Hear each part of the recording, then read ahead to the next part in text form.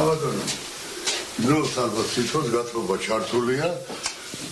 არავინ ყველაფერი მზად არის ელოდება სტუმარს, მაგრამ წარელა სასტუმროების დიდი ნაწილი რეგიონებსა და თბილისშიც ტურისტების ნაკლებობას უჩივიან. მენეჯერების თქმით, განსაკუთრებით ქაოსური იყო დეკემბერი. განვითარებული მოვლენები 2024 წლის ბოლოს უარყოფითად აისახა და დატვირთვა 2023 წლის ანალოგიურ პერიოდთან შედარებით -39% იყო. ბაჟა ზუროშვილმა თანამშრომლების უმეტესობას სამუშაო საათები შეუმცირა, მხოლოდ მაშინ მიდიან, როცა სასტუმროს ტურისტები სტუმრობენ. თუმცა 28 ნოემბრიდან მოყოლებული მათი რაოდენობა სულ უფრო შემცირდა. თუ ასე გაგრძელდა, მოუწევს საბანკო ვალდებულებებით აშენებული სასტუმრო გაყიდოს.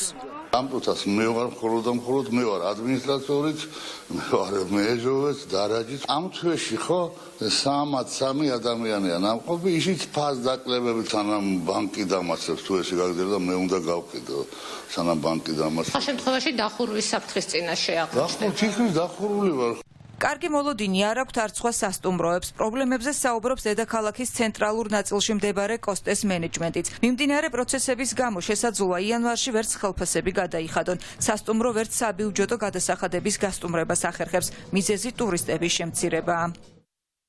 სამწუხაროდ გეგმა ვერ შევასრულეთ და იმედებს ვერ მივედით, რაც ჰქონდა ჩანაფიქრში. ყავდა სტუმრები დეკემბრის ბოლო პერიოდში უფრო საახალწლოდ ჩვენი მეზობელი ქვეყნებიდან. რაც შეეხება რესტორანს, კორპორატიული შეკვეთები, როგორც წინა წელს ჰქონდა მაგალითად საახალწლოდ სხვადასხვა კომპანიებისგან, ამ წელს არც ერთი არ ჰქონია საერთოდ. ძალიან დიდი განაწილება იყო ამ ხილ რესტორნის თანამშრომლებისთვისაც და სასტუმრო თანამშრომლებისთვის შემოსავალი იყო ძალიან დაბალი. 2024 წელი ტურიზმისთვის კარგად დაიწყო, თუმცა ქართული ოცნების გადაწყვეტილებამ ევროინტეგრაციის დაპაუზების შესახებ წლის ბოლოს ყველაფერი არია. უარყოფითი გავლენა აისახა არა მხოლოდ დედაქალაქზე, არამედ რეგიონებზეც. მიმართვიანობამ საგრძნობლად იკლო ვილა ვეჯინშიც. ეს ლამაზი და მყუდრო დასასვენებელი სივრცე სტუმრების მოლოდინშია. ჩვენ შემთხვევაში არც ჩვენවත් გამონაკლისი გასული თვე განსაკუთრებით კრიზისული იყო. ვილა ვეჯინისთვის მომართვიანობა არის ძალიან შემცირებული.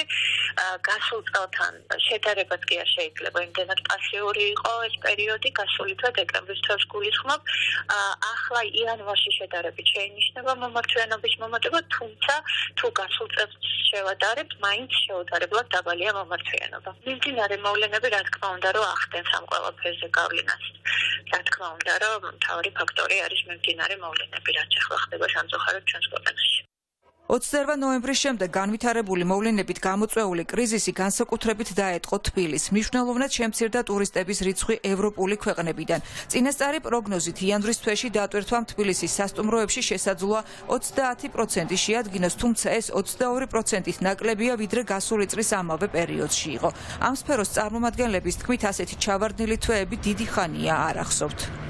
ესეთი სტაგნაცია ტურიზმს ძალიან დიდი ხანი არ ქონია. 11 მილიონის ზარალი ნახავთ თბილისის მასშტაბით სასტუმროები. ჯავშნები აბსოლუტურად გაუქმებულია და ყველა ცუდისა რომ ახალი ჯავშნები არ შემოდის ამ ეტაპზე თებერვლისთვის.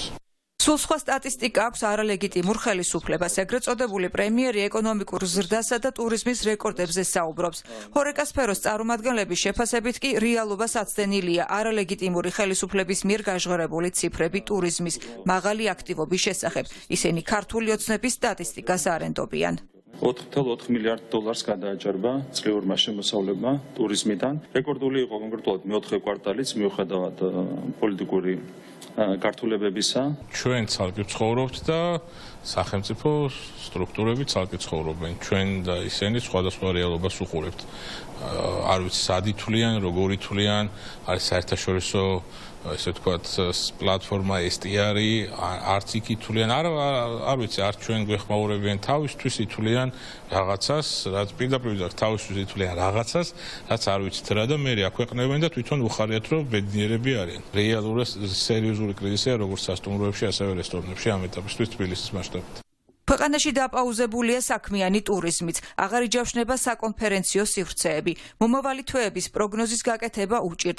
ვარაუდობენ, რომ თებერვალში სასტუმროების დატვირთვა შესაძლოა მხოლოდ 20% იყოს. უკვე შესამჩნევ კრიზისზე საუბრობენ რესტორატორებიც. ურთულეს რეალობაში ვართ და შესაბამისად ის რომ დღესდღეობით რა ვითარება გვექნება ხვალ ცოტა რთული წარმოსადგენია.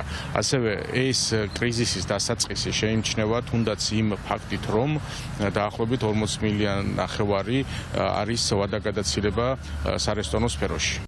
სასტუმროები, რესტორნები და კაფეები, რომლებიც ჰორეკას სექტორს ქმნიან და ტურიზმის მნიშვნელოვან რგოლს წარმოადგენენ, ახლა ყველა ერთად რისკის წინაშეა. ერთადერთი შესაძლებლობა არის დეესკალაცია არჩევნების ხელახლა ჩატარებით იმისთვის, რომ ის კურსი, რომელსაც ადრე ვადექით აღდგეს და ისიც ყველას გვესმის, რომ ქართული ოცნების პირობებში ეს შეუძლებელი, იმიტომ რომ ხედავთ, რომ იზოლაციისკენ მიყავთ ქვეყანა, ამიტომ ამის გარეშე არაფერი არ შეიცვლება და შეუქცევადი არის და დარჩება მაშინ ეს პროცესი.